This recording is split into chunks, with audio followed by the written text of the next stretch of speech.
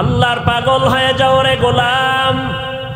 আল্লাহর পাগল যারা হয়েছে দুনিয়া তাদের পায়ের নিচে এসে চুমু খেয়েছে। টাকার পেছনে তারা ঘুরে নাই, টাকা তাদের পেছনে ঘুরছে। ক্ষমতা তাদের পেছনে ভিক্ষা করেছে। কত লোভানক দৃষ্টি দেখাইছে, কিন্তু আল্লাহর পাগলের ফিরাইতে পারে না। আল্লাহর পাগল যারা হয়েছে এদের বিয়ে শাদিও বন্ধ হয় নাই, খানাও বন্ধ হয় নাই, ঘুমও বন্ধ হয় নাই, ব্যবসা বাণিজ্য বন্ধ হয় নাই।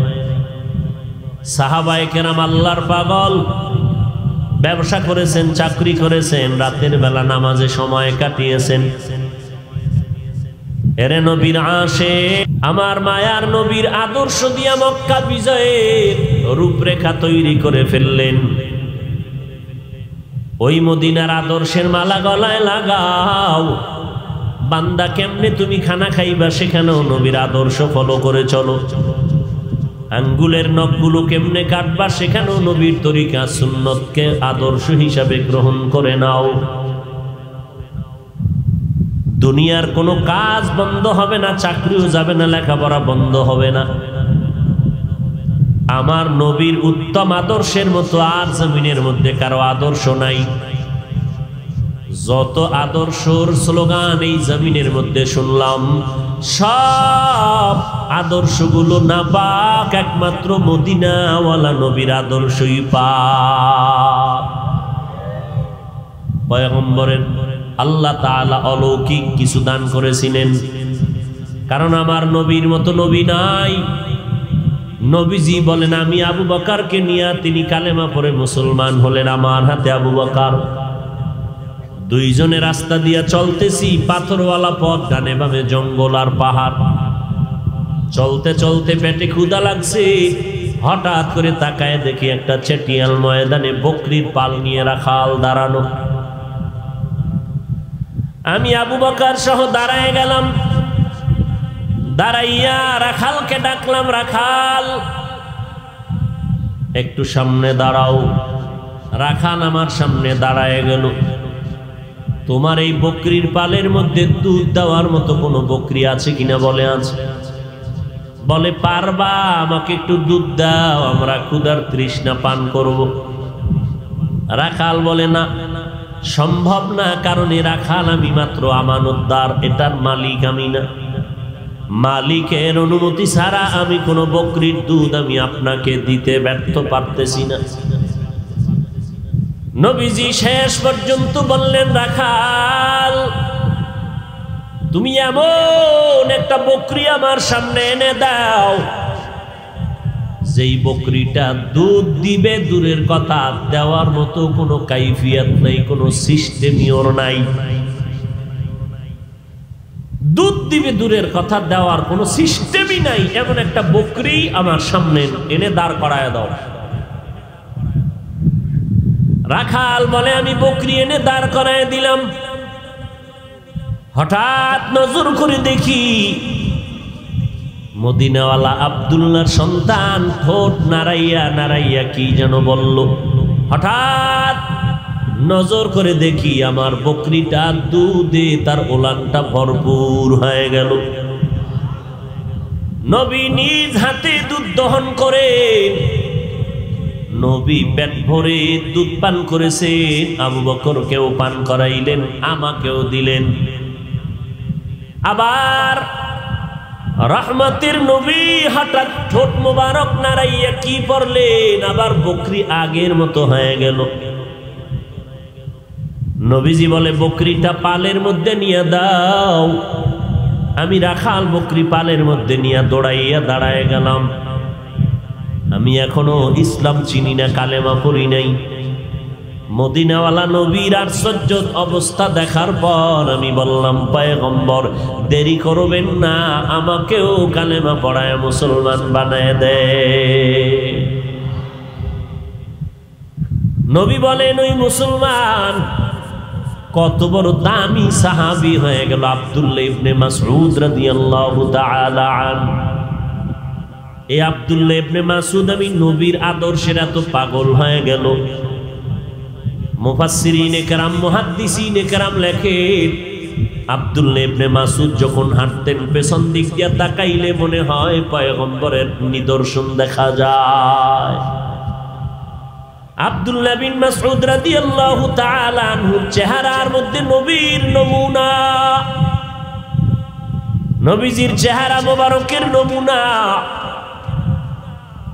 নবীর আদর্শ দিয়া মানুষগুলোকে আকৃষ্ট করে ফেললেন। যেই ওমরের মতো বান্দাটা ৩৯ জন মুসলমান নবীর হাতে কালেমা পড়া, এই সময় ১১ জন নারী মুসলমান আর ৩৯ জন পুরুষ মুসলমান। ওমর দৌড়াইতেছে তরবারি নিয়ে আমার নবীর গর্দান কাটার জন্য। দারে আর কামের মধ্যে নবী দোয়া করতেছিলেন, হে মালিক, ওমর ইবনে হিশাম ও ইবনে খাত্তাবকে তুমি কালেমার জন্য কবুল করে নাও। মাঝখানে আসছে ওমর, রাস্তার মাঝে এক আল্লাহর বান্দা নাঈম নামের একজন দাঁড়ায়, কয় দাঁড়াও। ওমর মেজাজ গরম করে, কই যাও? বলে মুহাম্মদের মাথা কাটতে যাই। কয় দাঁড়াও, তুমি মুহাম্মদের মাথা কাটবা, পরে তোমার আপন বোনের খবর নাও, সে কালেমাওয়ালা মুসলমান হয়ে গেল। তোমার ভগ্নিপতি তিনিও কালেমাওয়ালা মুসলমান হয়ে গেল। ওমরের মাথা গরম হয়ে গেছে, আমার মুহাম্মদের খবর পরে নিবা, আমার আগে আপন বোনের খবর নিয়ে নেই। ওদিকে আমার নবী দোয়া করেন, হে মালিক, ওমরের তুমি কালেমার সৈনিক বানায় দাও। ওমর চলছে বোনের বাড়ি, বোন আর ভগ্নিপতি ঘরের ভেতরে দরজা লাগাইয়া দুইজনে কোরআন পড়তেছিলেন। খাব্বাব বিন আল আরাত তিনি দুইজনকে কোরআন তেলাওয়াত করাইতেছিলেন, কোরআন পড়াচ্ছিলেন। ওমর যখন দরজায় গিয়ে আওয়াজ পাইলেন ভেতরে কোরআন তেলাওয়াতের আওয়াজ, দরজা নক করলেন। বোন অনুভব করলো আমার ভাই ওমর দাঁড়ায় গেল দরজার সামনে, কোরআন শরীফ বন্ধ করে দিলেন। খাব্বাব আত্মগোপনে চলে গেলেন, ভগ্নিপতি সহ বসে থাকলেন। ওমর তরবারিটা হাতে নিয়ে কয়, তুমি কি মুহাম্মদের কালেমা পড়েছো? বোন বলে আলহামদুলিল্লাহ, ভগ্নিপতিও বলে আলহামদুলিল্লাহ। ওমর বলে কালেমাটা ফিরায় দেও। বোন ডাক দিয়ে কয়, ভাই এমন কালেমা পড়েছি কল্লা দেওয়া যায়, কালেমা ফিরাইয়া দেওয়া যায় না। জীবন বিলীন করে দেওয়া যায়, কিন্তু কালেমা কখনো ফেরত দেওয়া যাবে না রে ভাই। ওমর সাথে সাথে তরবারিটা বের করে ভগ্নিপতিকে আঘাত করার পরে বোনের উপরে আঘাত শুরু করলো। বোনের নরম শরীর থেকে রক্ত পরে জমিনটা লাল হয়ে গেল, কান্না শুরু করলো। বোন ডাক দিয়ে কয়, ভাই তুমি জানো আমার মা নাই, আমার বাবা নাই, তুমি আমার আপন ভাই। আজকে তুমি আমাকে তরবারি দিয়া যত পারো আঘাত করো, তবে শুনে নাও, কালেমা যেই জায়গায় ঢুকাইছি ওই জায়গায় তোমার তরবারি কখনো ঢুকবে না। বোনের মায়ার কান্না দেখা ওমরের দিলটা নরম, ওদিকে মদিনার নবীর দোয়া চলতেছে। ওমর ডাক দিয়ে কয়, ঘরে ঢুকার সময় একটা আওয়াজ পেয়েছিলাম। বলে কি? দেখা যাবে নি? বলে ওটা কোরআনের আওয়াজ, তুমি নাপাক, গোসল করে নাও, না হয় ধরা যাবে না। ওমর গোসল করলেন, গোসল করিয়া কোরআন শরীফ খুললো। কোরআনের ভেতরে তাহা মা আনজালনা আলাইকাল কুরআনা লিতাশকা, যখন এই আয়াতগুলো নজরে পড়ে গেল, ওমরের অন্তরের মধ্যে গিয়ে আঘাত। এত সুন্দর কবিতা, এত সুন্দর বাণী আমি জীবনে শুনি নাই আর দেখি নাই। এত সুন্দর বাণী যে তোমাদের শিখাইছে সে না জানি কত সুন্দর। একটু চল আমি তারে দেখবো। বলে তিনি হলেন দু জাহানের বাদশাহ, রাহমাতুল লিল আলামিন। খাব্বাব বেরিয়ে আসলেন ভগ্নিপতি সহ পয়গম্বরের দরবারে। দারে আর কামে চললেন। দারে আর কামের দরজা বন্ধ। ছোট ছোট জানালা। নবী তালিম দিতেছেন, তারবিয়াত দিতেছেন, আবার কিছু সাহাবারা বাহিরে নজর রাখতেছেন। কোন শত্রু হঠাৎ নজরে পড়ে গেল, নবী ওমর আসতেছে, ইসলামের বড় দুশমন। নবী কয় আসতে দাও, দরজা খুলে দাও। ওমর এখন আমাকে মারার জন্য আসে না, আমাকে নিজেই মরার জন্য আসতেছে, রাস্তা খুলে দাও। ওমর আইসা নবীর সামনে তরবারি দিয়ে কয়, পয়গম্বর আমি আসছিলাম আপনার মাথা কাটার জন্য, মাফ করে দেন, আর আমাকে আপনি কালেমা পড়াইয়া মুসলমান বানিয়ে দেন। 40তম মুসলমান হযরত ওমর হইয়া নবীর হাতে হাতটা লাগাইছেন। এমন বরকত পেয়ে গেল হযরত ওমর অল্প টাইমের ভেতরে, সেকেন্ডের মধ্যে এমন পাওয়ার ওমরের মধ্যে ঢুকে গেল। ওমর বিধর্মীদের এক কাফেলার মজলিসে গিয়া কয়, দেখছো নি আমি ওমরের চিনুনি, এখন কিন্তু আমি চেঞ্জ হয়ে গেছি রে বেঈমান। আমি এখন মুহাম্মাদের হাতে কালেমা পড়েছি। আমি ওমরের সামনে মুহাম্মাদের বিরুদ্ধে কথা বললে আয়, আমার তরবারি রেডি হয়ে আছে। এইবার নবীর মাধ্যমে ওমর কালেমা পড়লেন, আর আমার নবী এবার ওপেন কালেমার দাওয়াত দেওয়া শুরু করলেন। সেই ওমর অর্ধ জাহানের খলিফা ওমর, নবীর আদর্শের কারণে আল্লাহ এত সম্মান দান করেছেন। শুধু দুনিয়ায় এক তো তিনি জান্নাতের টিকিট পেয়ে গেছেন, অপর দিকে আল্লাহ তাকে এত মুহাব্বতের নজরে দান দিয়েছেন। নবী বাইতুল্লাহ তাওয়াফ করলেন, তাওয়াফের পরে সাহাবায়ে কেরামদের নিয়ে মশওয়ারা করলেন, তাওয়াফের পরে 2 রাকাত নামাজ পড়া লাগবে, কোথায় নামাজ আদায় করব? বাইতুল্লাহর দরজার পাশে নাকি জমজম কূপের কিনারায় নাকি হাতিমে কাবায়? ওমর কয়, নবী আমার মতামত হলো যেই পাথরের উপরে দাঁড়াইয়া আল্লাহর নবী ইব্রাহিম বাইতুল্লাহ নির্মাণ করেছিলেন, মাকামে ইব্রাহিম, এর পেছনে আমরা 2 রাকাত নামাজ পড়ি। নবী বললেন, সিদ্ধান্ত তো দিতে পারি না। হঠাৎ করে জিবরাইল আমিন হাজির হয়ে গেলেন। নবী গো, আল্লাহর সালাম, আল্লাহ আপনাকে সালাম দিয়েছেন, আর বলেছেন ওমর যেই মতামত পেশ করেছেন আল্লাহ ওমরের মতামত মেনে নিয়েছেন, আপনি নবীকেও মানতে বলেছি।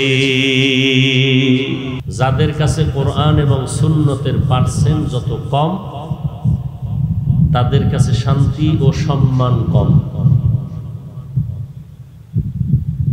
কিয়ামত পর্যন্ত আনেওয়ালা উম্মত যারা, এদের চলন্ত পথের শান্তির জন্য, সুশৃঙ্খল জীবন যাপনের জন্য আমার আল্লাহ রসুলের মাধ্যমে 23 বছরের একটি প্যাকেজ দিয়ে দিলেন। চূড়ান্তভাবে এই প্যাকেজকে যারা ফলো করে চলবে, এরা দুনিয়াতেও বাদশা, আখিরাতেও বাদশা হবে। ভিন্ন কোনো পথ মত অবলম্বন করলে এদের দুনিয়াও বরবাদ, আখিরাতও বরবাদ। খাসারাত দুনিয়া ওয়াল আখিরাহ।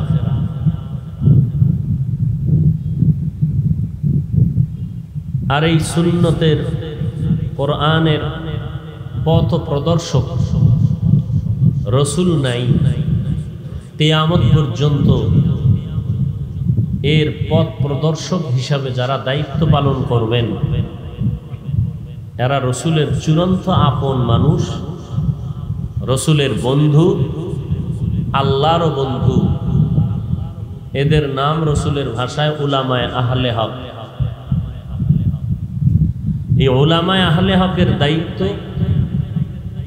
রসুলের রেখে যাওয়া 23 বছরের আদর্শ বা প্রেসক্রিপশন উম্মত কিভাবে ফলো করে চলবে, সে নিয়ম পদ্ধতিটা স্মরণ করাইয়া দিবে উলামায়ে কেরাম উম্মতের সামনে। এজন্য নবী বলেছেন, আমি 2টা জিনিস রেখে গেলাম, কোরআন আর সুন্নাত। হাদিসের কথা বলেননি। যে আমি কোরআন হাদিস রেখে গেছি এটা বলেননি, বলছেন আমি কোরআন আর সুন্নত রেখে গেলাম। কেন সুন্নত বললেন, হাদিস বললেন না? এর এক কারণ হলো কোরআন বললে আর হাদিস বলার প্রয়োজন নেই, কারণ কোরআন বুঝতে হলে হাদিস লাগবে, হাদিস কোরআনেরই ব্যাখ্যা। দ্বিতীয়, পৃথিবীর কোনো মানুষের দ্বারা রসুলের লক্ষ লক্ষ লক্ষ হাদিস শরীফ জমা করা, এক টেবিলে নেয়া এবং এগুলো অধ্যয়ন করা, বুঝা, এরপরে এর উপরে আমল করা, এটা কোনো মানুষের দ্বারা কখনোই সম্ভব নয়। তৃতীয় কথা, নবী বুঝাইলেন সুন্নতের আমল মানি ব্যক্তির অনুসরণ করতে হবে। আপনি জানেন চুল কাটার মধ্যে রসুলের সুন্নত আছে, আঙ্গুলের নখ কাটার মধ্যে রসুলের সুন্নত আছে।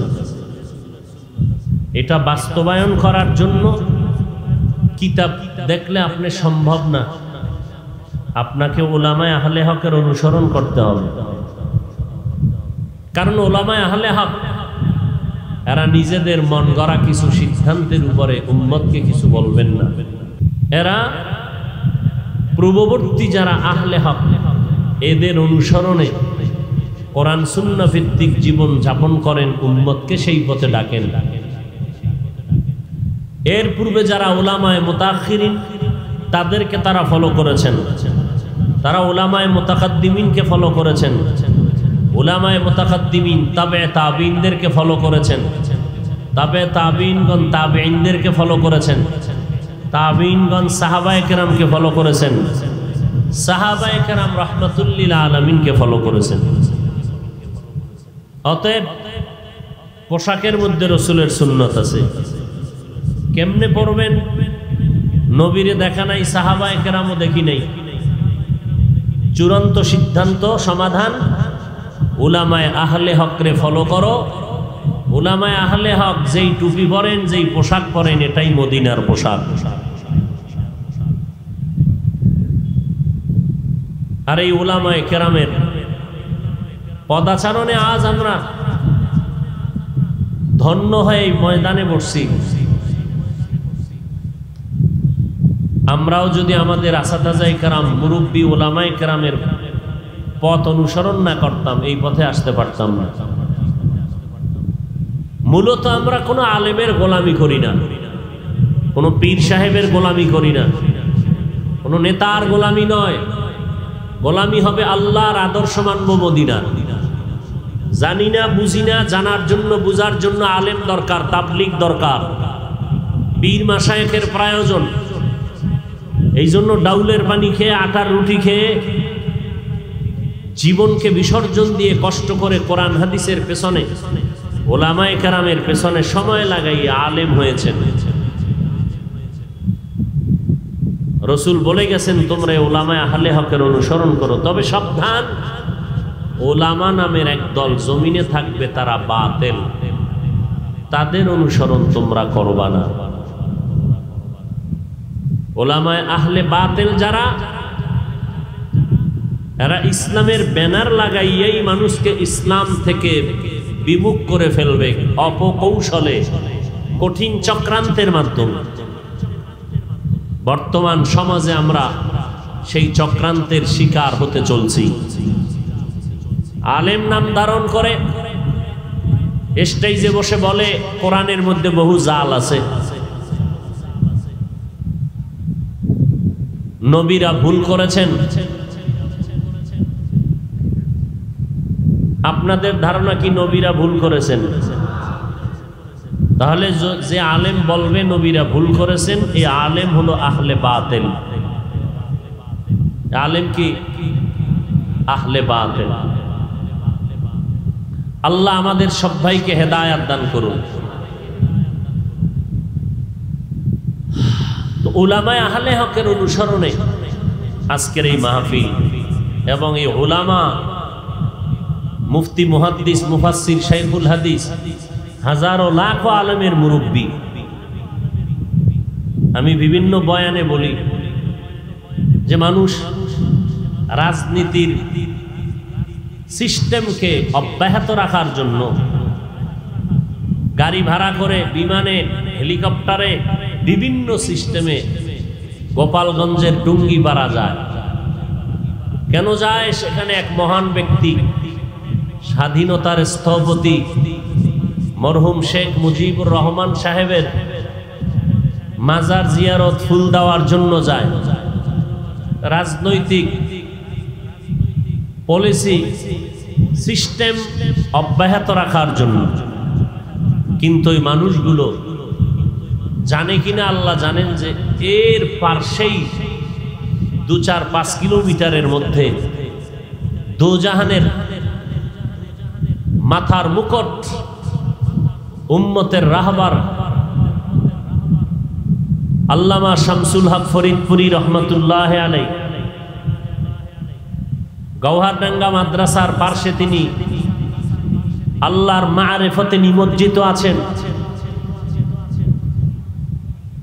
সেই চিন্তা কারো অন্তরে নাই, যিনি এই জমিনের মধ্যে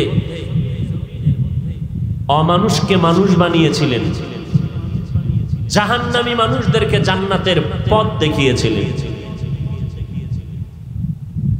যার সামনে দুনিয়া একদিকে ফেলে দিল, বিন্দু থেকে বিন্দু রসুলের আদর্শ থেকে পিছনে নিতে পারেনি। তার হাতে গড়া ছাত্র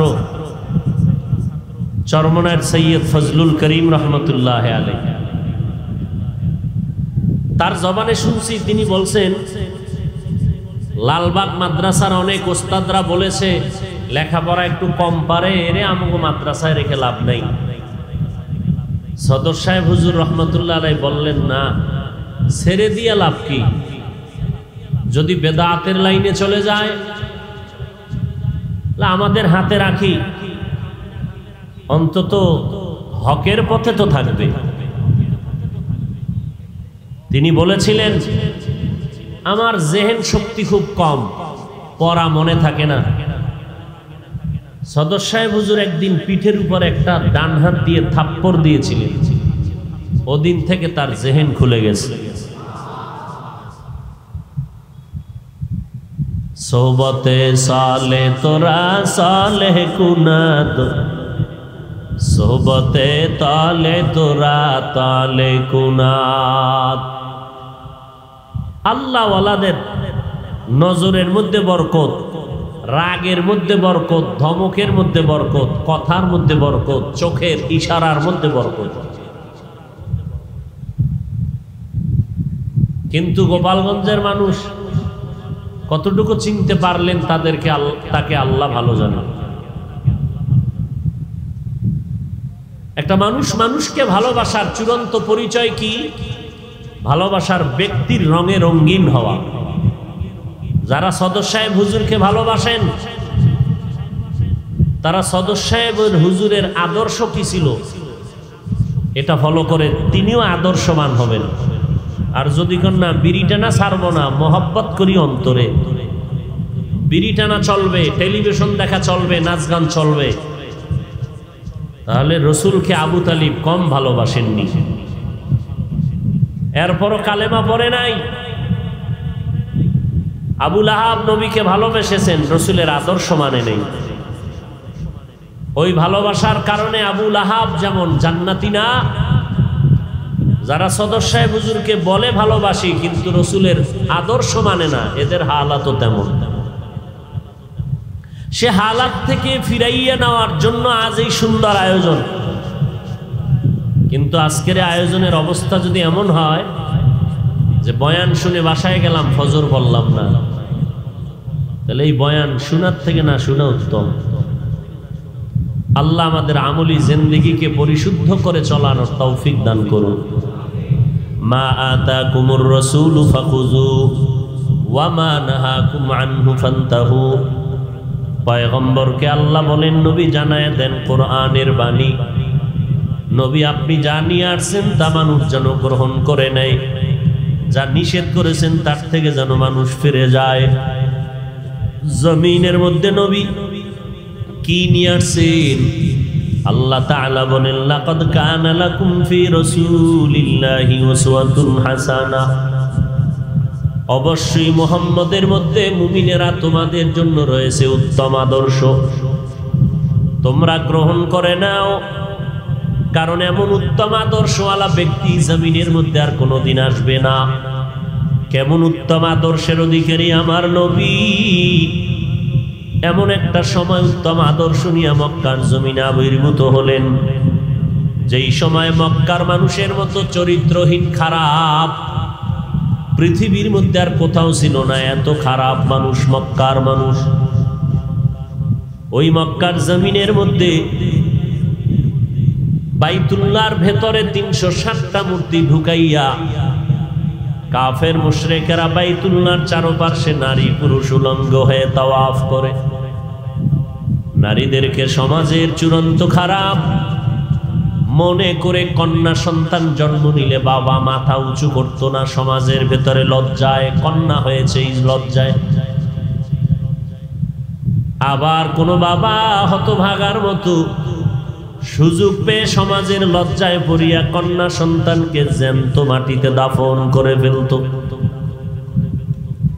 মদিনাওয়ালা নবী এমন উত্তম আদর্শ নিয়ে মক্কার জমিনে আগমন করেছিলেন। নবীজির উত্তম আদর্শ গ্রহণ করার পর মক্কার মানুষ এতটা দামি হয়ে গেল, আল্লাহ পাক জানায় দিলেন, ও পয়গম্বর উম্মতের জানায় দেন, আমি আল্লাহ অমুক অমুক সাহাবার নামে জান্নাতের টিকিট আমি ওপেন করে দিলাম। নবীজির আদর্শের কারণে এত দামি। নবী বলেন, আমার হাতে কালেমা পড়ে মুসলমান হতে লাগলো আমার আদর্শ দেখে। নবীজির হাঁটা দেখে মানুষের আকর্ষণ, নবীজির চাহনি দেখে মানুষের আকর্ষণ বেড়ে যায়। নবীজির কথা, নবীজির ব্যবহার আর চেহারার দিয়ে তাকাইয়া বেঈমানের দিলটা নরম হয়ে যায়। নবীজি বলেন, আমার হাতে প্রথম আল্লাহর দেওয়া দ্বীনের দাওয়াত গ্রহণকারিণী একজন নারী খাদিজা রাদিয়াল্লাহু আনহা। আমি পয়গম্বরের হাতে কালেমা পড়ে মুসলমান হতে শুরু হয়ে গেল। মক্কার মানুষ গোপনে গোপনে মুসলমান হওয়া শুরু হয়ে গেল। 10 বছরের সন্তান আমি মুহাম্মদের হাতে কালেমা পড়ে মুসলমান হয়ে গেল। হযরত আলী 10 বছরের সময় দলে দলে মুসলমান হয়। আমার বেতের বাড়িও লাগে নাই, চিৎকার দেওয়া লাগে নাই। মাত্র অল্প সময়ের মধ্যে মক্কার মানুষগুলোর দিল নরম হয়ে গেল দিনের দিকে আকৃষ্ট হওয়ার পেছনে। একমাত্র যত বড় কারণের মধ্যে সুন্দর ব্যবহার ছিল আমার মূল কারণ। আমার চলাফেরা, আমার আদব, আমার সবকিছু দেখে মানুষগুলো পাগলের মতো হয়ে যাইত। ও দুনিয়ার মানুষ, আল্লামা শামসুল হক ফরিদপুরি রহমাতুল্লাহ আলাই বলতেন, দুনিয়াতে যত মানুষ দেখো সব হলো পাগলের দল, একটা মানুষও নাই যে পাগল না। দুনিয়ার সব মানুষ হলো পাগল। আমি হুজুর যেমন পাগল, যারা হুজুর না তারাও পাগল। সরকারও যেমন পাগল, সরকারের জনগণেরাও পাগল। চেয়ারম্যান পাগল, তার ভোটারেরাও পাগল। স্বামী যেমন পাগল, স্ত্রী পাগল। একটা মানুষ জমিনের মধ্যে নাই যে পাগল না, এমন একটা মানুষও নাই। বলে কেমন পাগল? কেউ টাকার পাগল, সারাদিন রাত টাকা টাকা টাকা জিকির করে, ফিকির করে, ঘুমের মধ্যেও টাকার স্বপ্ন দেখে। আবার একদল মানুষ এই জমিনে যারা ক্ষমতার চেয়ারের পাগল, অল টাইম শুধু ফিকির আর জিকির, ক্ষমতার চেয়ার যেন ছুটে না যায়, কবে পাই। যারা পায় বলে আর ছাড়বো না, এই ক্ষমতার চেয়ারে মরণ হবে।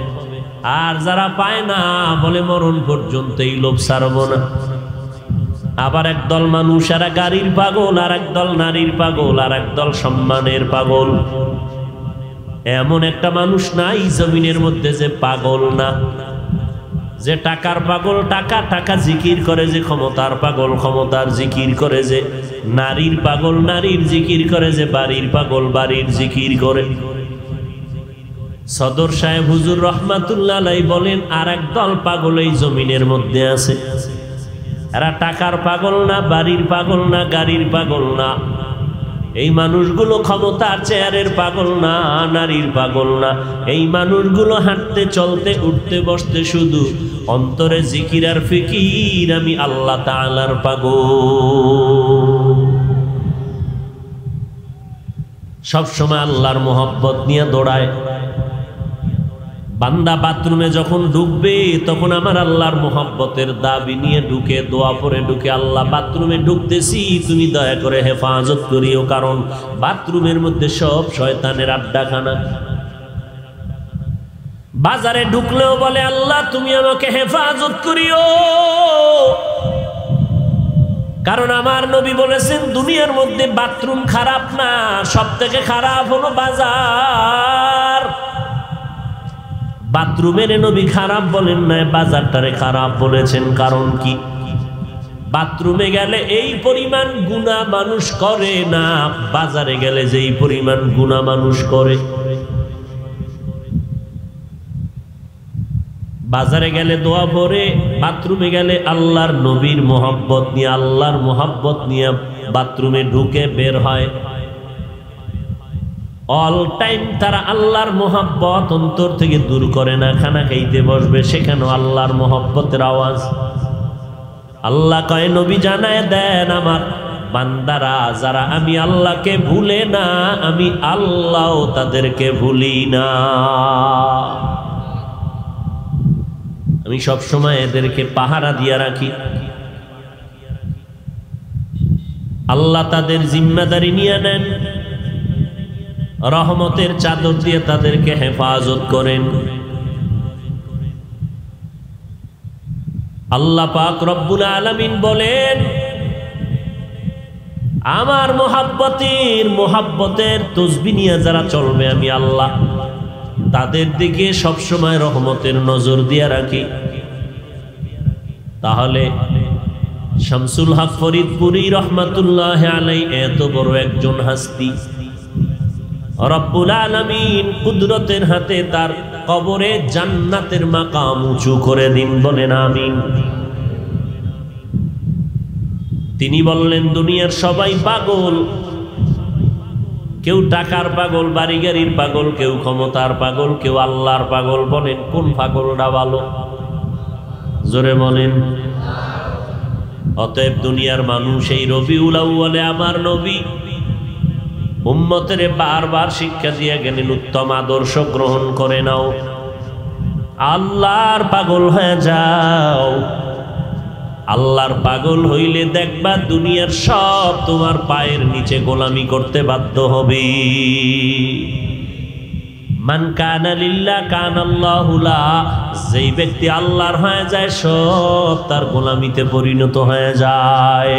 খাকো বাদ আবু আতিশ বন্দান পামানে তু মুর্দা বাহক জিন্দা। আল্লাহর পাগল হয়ে যাও রে গোলাম। আল্লাহর পাগল যারা হয়েছে দুনিয়া তাদের পায়ের নিচে এসে চুমু খেয়েছে। টাকার পেছনে তারা ঘুরে নাই, টাকা তাদের পেছনে ঘুরছে। ক্ষমতা তাদের পেছনে ভিক্ষা করেছে। কত লোভানক দৃষ্টি দেখাইছে, কিন্তু আল্লাহর পাগলের ফিরাইতে পারে না। আল্লাহর পাগল যারা হয়েছে এদের বিয়ে শাদিও বন্ধ হয় নাই, খানাও বন্ধ হয় নাই, ঘুমও বন্ধ হয় নাই, ব্যবসা বাণিজ্য বন্ধ হয় নাই। সাহাবায়ে কেরাম আল্লাহর পাগল, ব্যবসা করেছেন, চাকরি করেছেন, রাতের বেলা নামাজে সময় কাটিয়েছেন। এরে নবীর আশিক, আমার মায়ার নবীর আদর্শ দিয়া মক্কা বিজয়ের রূপরেখা তৈরি করে ফেললেন। ওই মদিনার আদর্শের মালা গলায় লাগাও। বান্দা কেমনে তুমি খানা খাইবা সেখানেও নবীর আদর্শ ফলো করে চলো। আঙ্গুলের নখগুলো কেমনে কাটবা সেখানেও নবীর তরিকা সুন্নতকে আদর্শ হিসাবে গ্রহণ করে নাও। দুনিয়ার কোনো কাজ বন্ধ হবে না, চাকরিও যাবে না, লেখাপড়া বন্ধ হবে না। আমার নবীর উত্তম আদর্শের মতো আর জমিনের মধ্যে কারো আদর্শ নাই। যত আদর্শর স্লোগান এই জমিনের মধ্যে শুনলাম, সব আদর্শগুলো নাপাক, একমাত্র মদিনাওয়ালা নবীর আদর্শই পাক। পয়গম্বরের আল্লাহ তাআলা অলৌকিক কিছু দান করেছিলেন, কারণ আমার নবীর মতো নবী নাই। নবীজি বলেন, আমি আবু বকরকে নিয়ে তিনি কালেমা পড়ে মুসলমান হলেন। আমার হাতে আবু বকর, দুইজনে রাস্তা দিয়া চলতেছি, পাথরওয়ালা পথ, ডানে বামে জঙ্গল আর পাহাড়। চলতে চলতে পেটে ক্ষুধা লাগছে, হঠাৎ করে তাকায় দেখি একটা চেটিয়াল ময়দানে বকরির পাল নিয়ে রাখাল দাঁড়ানো। আমি আবু বকর সহ দাঁড়ায় গেলাম। দাঁড়াইয়া রাখালকে ডাকলাম, রাখাল একটু সামনে দাঁড়াও। রাখাল আমার সামনে দাঁড়ায় গেল। তোমার এই বকরির পালের মধ্যে দুধ দেওয়ার মতো কোনো বকরি আছে কিনা বলে আছে। বলে, পারবা? আমাকে একটু দুধ দাও, আমরা ক্ষুধার তৃষ্ণা পান করব। রাখাল বলে, না, সম্ভব না, কারণ এ রাখাল আমি মাত্র আমানতদার, এটার মালিক আমি না। মালিকের অনুমতি ছাড়া আমি কোনো বকরির দুধ আমি আপনাকে দিতে ব্যর্থ পারতেছি না। নবীজি শেষ পর্যন্ত বললেন, রাখাল তুমি এমন একটা বকরি আমার সামনে এনে দাও, যেই বকরিটা দুধ দিবে দূরের কথা, দেওয়ার মতো কোনো কাইফিয়াত নাই, কোনো সিস্টেমই ওর নাই। দুধ দিবে দূরের কথা, দেওয়ার কোনো সিস্টেমই নাই, এমন একটা বকরি আমার সামনে এনে দাঁড় করায় দাও। রাখাল বলে, আমি বকরি এনে দাঁড় করায় দিলাম। হঠাৎ নজর করে দেখি মদিনাওয়ালা আব্দুল্লাহর সন্তান ঠোঁট নাড়াইয়া নাড়াইয়া কি যেন বলল। হঠাৎ নজর করে দেখি আমার বকরিটা দুধে তার ওলানটা ভরপুর হয়ে গেল। নবী নিজ হাতে দুধ দহন করে নবী পেট ভরে দুধ পান করেছেন। আবু বকরকেও পান করাইলেন, আমাকেও দিলেন। আবার রহমতের নবী হঠাৎ ঠোঁট মোবারক নাড়াইয়া কি পড়লেন, আবার বকরি আগের মতো হয়ে গেল। নবীজি বলে, বকরিটা পালের মধ্যে নিয়ে দাও। আমি রাখাল বকরি পালের মধ্যে নিয়ে দৌড়াইয়া দাঁড়ায় গেলাম। আমি এখনো ইসলাম চিনি না, কালেমা পড়ি নাই। মদিনাওয়ালা নবীর আশ্চর্য অবস্থা দেখার পর আমি বললাম, পয়গম্বর দেরি করবেন না, আমাকেও কালেমা পড়ায় মুসলমান বানায় দে। নবী বলেন, ওই মুসলমান কত বড় দামি সাহাবী হয়ে গেল, আব্দুল্লাহ ইবনে মাসউদ রাদিয়াল্লাহু তাআলা আনহু। এই আব্দুল্লাহ ইবনে মাসউদ আমি নবীর আদর্শের এত পাগল হয়ে গেল। মুফাসসিরিনে কেরাম, মুহাদ্দিসিনে কেরাম লেখেন, আব্দুল্লাহ ইবনে মাসউদ যখন হাঁটতেন পেছন দিক দিয়ে তাকাইলে মনে হয় পয়গম্বরের নিদর্শন দেখা যায়। আব্দুল্লাহ বিন মাসউদ রাদিয়াল্লাহু তাআলা আনহুর চেহারার মধ্যে নবীর নমুনা, নবীজির চেহারা মোবারকের নমুনা। নবীর আদর্শ দিয়া মানুষগুলোকে আকৃষ্ট করে ফেললেন। যেই ওমরের মতো বান্দাটা ৩৯ জন মুসলমান নবীর হাতে কালেমা পড়া, এই সময় ১১ জন নারী মুসলমান আর ৩৯ জন পুরুষ মুসলমান। ওমর দৌড়াইতেছে তরবারি নিয়ে আমার নবীর গর্দান কাটার জন্য। দারে আর কামের মধ্যে নবী দোয়া করতেছিলেন, হে মালিক ওমর ইবনে হিশাম ও ইবনে খাত্তাবকে তুমি কালেমার জন্য কবুল করে নাও। মাঝখানে আসছে ওমর, রাস্তার মাঝে এক আল্লাহর বান্দা নাঈম নামের একজন দাঁড়ায়, কয় দাঁড়াও। ওমর মেজাজ গরম করে, কই যাও? বলে মুহাম্মদের মাথা কাটতে যাই। কয় দাঁড়াও, তুমি মুহাম্মদের মাথা কাটবা, পরে তোমার আপন বোনের খবর নাও, সে কালেমাওয়ালা মুসলমান হয়ে গেল। তোমার ভগ্নিপতি তিনিও কালেমাওয়ালা মুসলমান হয়ে গেল। ওমরের মাথা গরম হয়ে গেছে, আমার মুহাম্মদের খবর পরে নিবা, আমার আগে আপন বোনের খবর নিয়ে নেই। ওদিকে আমার নবী দোয়া করেন, হে মালিক, ওমরের তুমি কালেমার সৈনিক বানায় দাও। ওমর চলছে বোনের বাড়ি। বোন আর ভগ্নিপতি ঘরের ভেতরে দরজা লাগাইয়া দুইজনে কোরআন পড়তেছিলেন। খাব্বাব বিন আল আরাত তিনি দুইজনকে কোরআন তেলাওয়াত করাইতেছিলেন, কোরআন পড়াচ্ছিলেন। ওমর যখন দরজায় গিয়ে আওয়াজ পাইলেন ভেতরে কোরআন তেলাওয়াতের আওয়াজ, দরজা নক করলেন। বোন অনুভব করলো আমার ভাই ওমর দাঁড়ায় গেল দরজার সামনে, কোরআন শরীফ বন্ধ করে দিলেন। খাব্বাব আত্মগোপনে চলে গেলেন, ভগ্নিপতি সহ বসে থাকলেন। ওমর তরবারিটা হাতে নিয়ে কয়, তুমি কি মুহাম্মদের কালেমা পড়েছো? বোন বলে আলহামদুলিল্লাহ, ভগ্নিপতিও বলে আলহামদুলিল্লাহ। ওমর বলে কালেমাটা ফিরায় দেও। বোন ডাক দিয়ে কয়, ভাই এমন কালেমা পড়েছি কল্লা দেওয়া যায়, কালেমা ফিরাইয়া দেওয়া যায় না। জীবন বিলীন করে দেওয়া যায়, কিন্তু কালেমা কখনো ফেরত দেওয়া যাবে না রে ভাই। ওমর সাথে সাথে তরবারিটা বের করে ভগ্নিপতিকে আঘাত করার পরে বোনের উপরে আঘাত শুরু করলো। বোনের নরম শরীর থেকে রক্ত পড়ে জমিনটা লাল হয়ে গেল, কান্না শুরু করলো। বোন ডাক দিয়ে কয়, ভাই তুমি জানো আমার মা নাই, আমার বাবা নাই, তুমি আমার আপন ভাই। আজকে তুমি আমাকে তরবারি দিয়া যত পারো আঘাত করো, তবে শুনে নাও কালেমা যেই জায়গায় ঢুকাইছি ওই জায়গায় তোমার তরবারি কখনো ঢুকবে না। বোনের মায়ার কান্না দেখা ওমরের দিলটা নরম। ওদিকে মদিনার নবীর দোয়া চলতেছে। ওমর ডাক দিয়া কয়, ঘরে ঢুকার সময় একটা আওয়াজ পেয়েছিলাম। বলে কি? দেখা যাবে নি? বলে ওটা কোরআনের আওয়াজ, তুমি নাপাক, গোসল করে নাও, না হয় ধরা যাবে না। ওমর গোসল করলেন।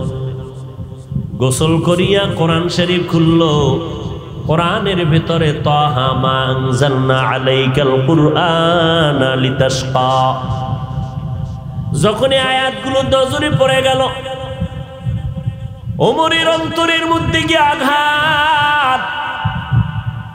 এত সুন্দর কবিতা, এত সুন্দর বাণী আমি জীবনে শুনি নাই আর দেখি নাই। এত সুন্দর বাণী যে তোমাদের শিখাইছে সে না জানি কত সুন্দর। একটু চল আমি তারে দেখবো। বলে তিনি হলেন দু জাহানের বাদশাহ, রাহমাতুল লিল আলামিন। খাব্বাব বেরিয়ে আসলেন ভগ্নিপতি সহ পয়গম্বরের দরবারে। দারে আরকামে চললেন। দারে আরকামের দরজা বন্ধ, ছোট ছোট জানালা। নবী তালিম দিতেছেন, তারবিয়াত দিতেছেন। আবার কিছু সাহাবারা বাহিরে নজর রাখতেছেন। কোন শত্রু হঠাৎ নজরে পড়ে গেল। নবী ওমর আসতেছে, ইসলামের বড় দুশমন। নবী কয়, আসতে দাও, দরজা খুলে দাও। ওমর এখন আমাকে মারার জন্য আসে না, আমাকে নিজেই মরার জন্য আসতেছে, রাস্তা খুলে দাও। ওমর আইসা নবীর সামনে তরবারি দিয়ে কয়, পয়গম্বর আমি আসছিলাম আপনার মাথা কাটার জন্য, মাফ করে দেন, আর আমাকে আপনি কালেমা পড়াইয়া মুসলমান বানিয়ে দেন। 40তম মুসলমান হযরত ওমর হইয়া নবীর হাতে হাতটা লাগাইছেন। এমন বরকত পেয়ে গেল হযরত ওমর অল্প টাইমের ভেতরে। সেকেন্ডের মধ্যে এমন পাওয়ার ওমরের মধ্যে ঢুকে গেল। ওমর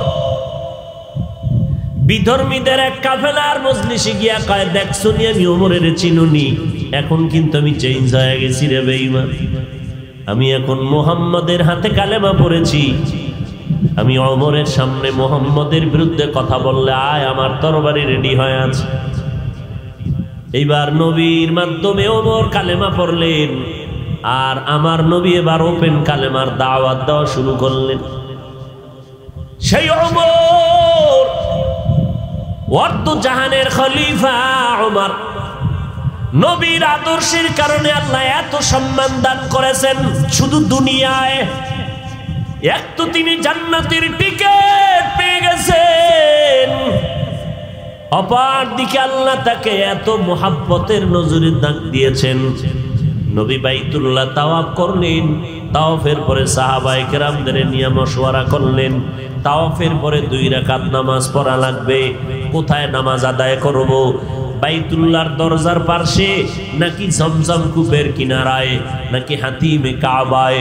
ওমর কয়, নবী আমার মতামত হলো যেই পাথরের উপরে দাঁড়াইয়া আল্লাহর নবী ইব্রাহিম বাইতুল্লাহ নির্মাণ করেছিলেন, মাকামে ইব্রাহিম, এর পেছনে আমরা 2 রাকাত নামাজ পড়ি।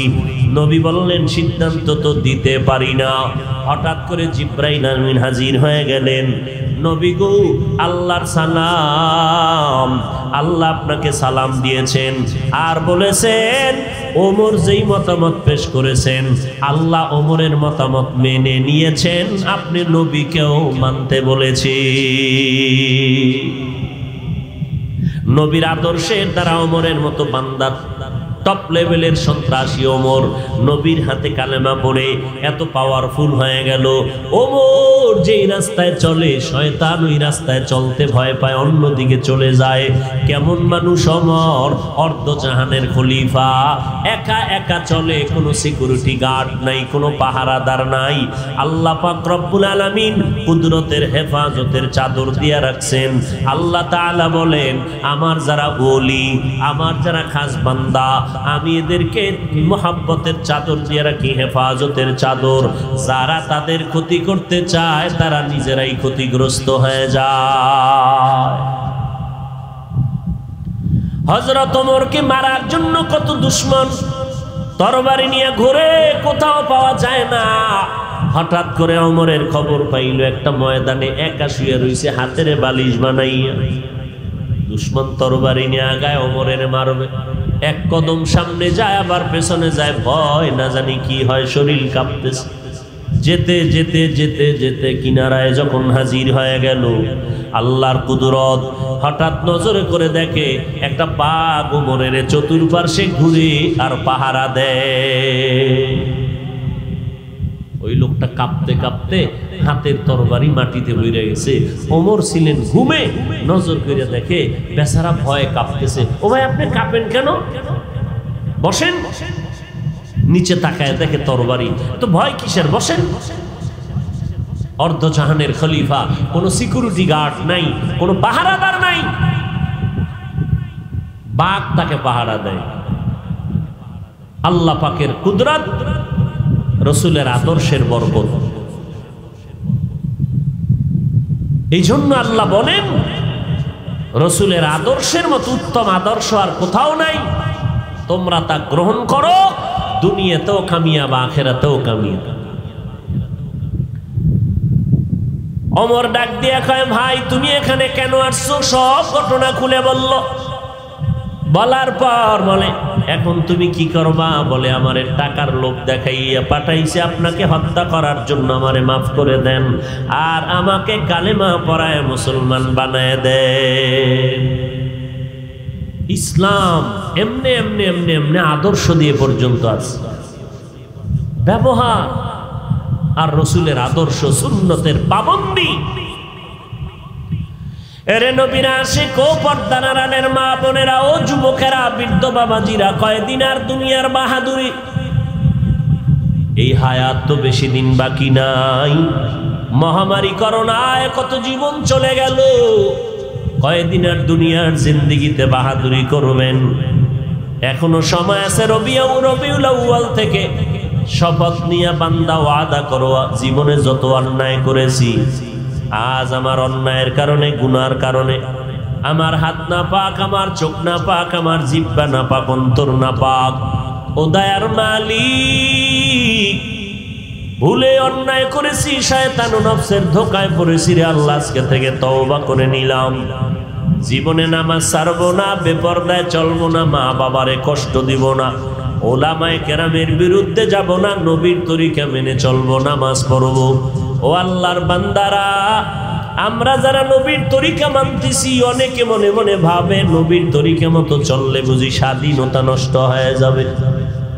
ও যুবক ভাই, আজকে নজর করে দেখেন, আমরা নবীর তরিকা মানার কারণে বলেন আমগো স্বাধীনতা নষ্ট কই হইল। আপনারাও যেমন খানা খান, আমরাও খাই, আপনারাও ঘুমান, আমরাও ঘুমাই, আপনারা ব্যবসা বাণিজ্য করেন, আমরাও করি, আপনারা স্বাধীনভাবে দেশ বিদেশ ঘুরেন, আমরাও দেশ বিদেশ ঘুরি, বলেন আমাদের স্বাধীনতা নষ্ট হলো কোথায়? অতএব নবীর উম্মতের দল, নবীর তরিকা মানতে গেলে লেখাপড়া বন্ধ হবে না, চাকরিও যাবে না, ব্যবসাও বন্ধ হবে না। আপনার আমার মতো কত বান্দা স্কুল কলেজে লেখাপড়া করিয়াও নামাজ ছাড়ে না, নবীর আদর্শ মতো এখনো জীবন যাপন করে, অভাব নাই। আপনার আমার মতো বান্দা র্যাব, আর্মি, পুলিশ, বিডিআর এর চাকরি করে, নবীর তরিকা মতো চলে, অভাব নাই। একটু নিজেকে প্রশ্ন করেন, আপনি কেন পারবেন না? আল্লাহর কাছে তওবা করেন, না জানি আল্লাহ আপনার গুনার কারণে বেজার, মা বাবার বরদোয়া বুঝি আপনার কপালে লেগে গেল। আপনার আমার মতো কত বান্দা গাড়ি চালায়, ড্রাইভারি করে, এক বেলার নামাজও বাদ দেয় না, আপনি কেন পারবেন না? কৃষি কাজ করে, শ্রমিকের কাজ করে, নদীতে মাছ ধরে, এক বেলার নামাজও বাদ দেয় না। অতএব আল্লাহর কাছে তওবা করে নেন। ও দয়ার মালিক, আজকে থেকে তওবা করে নিলাম, পিছনে যত অন্যায় করেছি সামনে আর করব না, নামাজ ছাড়ব না, নবীর তরিকার বাহিরে চলব না, নবীর মুহাব্বত নিয়ে চলব, আর মা বাবার খেদমত করে দোয়া নিব, ওলামায়ে কেরামের পরামর্শ নিয়ে চলব, দেশ ও জাতির বিরুদ্ধে কোনো ষড়যন্ত্র করব না। তওবা করার মতো যদি অন্তর তৈরি হয়, হায়াতের মালিক আমার আল্লাহ, ইজ্জতের মালিক আমার আল্লাহ, রিজিকের মালিক আমার আল্লাহ। আজকে আমি বক্তা, আপনারা শ্রোতা, আপনি ডাক্তার, আমি একজন রোগী। যতই বাহাদুরি করি না কেন, যতই বাহাদুরি করি, হায়াতটা যতদিন আছে ততদিন যখন চক্ষু দুইটা বন্ধ হয়ে যাবে, আমার গেঞ্জিটা বেলেট দিয়া কেটে কেটে রেখে সবাই আমারে সাদা কাপনের প্যাকেট বানাইয়া আপনাকে অন্ধকার কবর বাঁশবাগানে রেখে আসবে।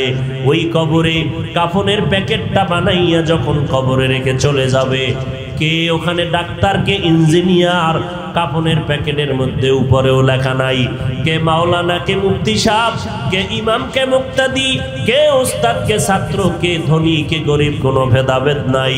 নবী বলেন, ওই কবরে যাওয়ার পরে তুমি কয় টাকার মালিক, কোন দল করছো, কি পরিমাণের নেতা তুমি, একটা প্রশ্ন করা হবে না। তুমি কত বড় আলেম, মুফতি সাহেব, কত বড় বক্তা, তার কোনো প্রশ্ন হবে না। তিনটা প্রশ্ন হবে।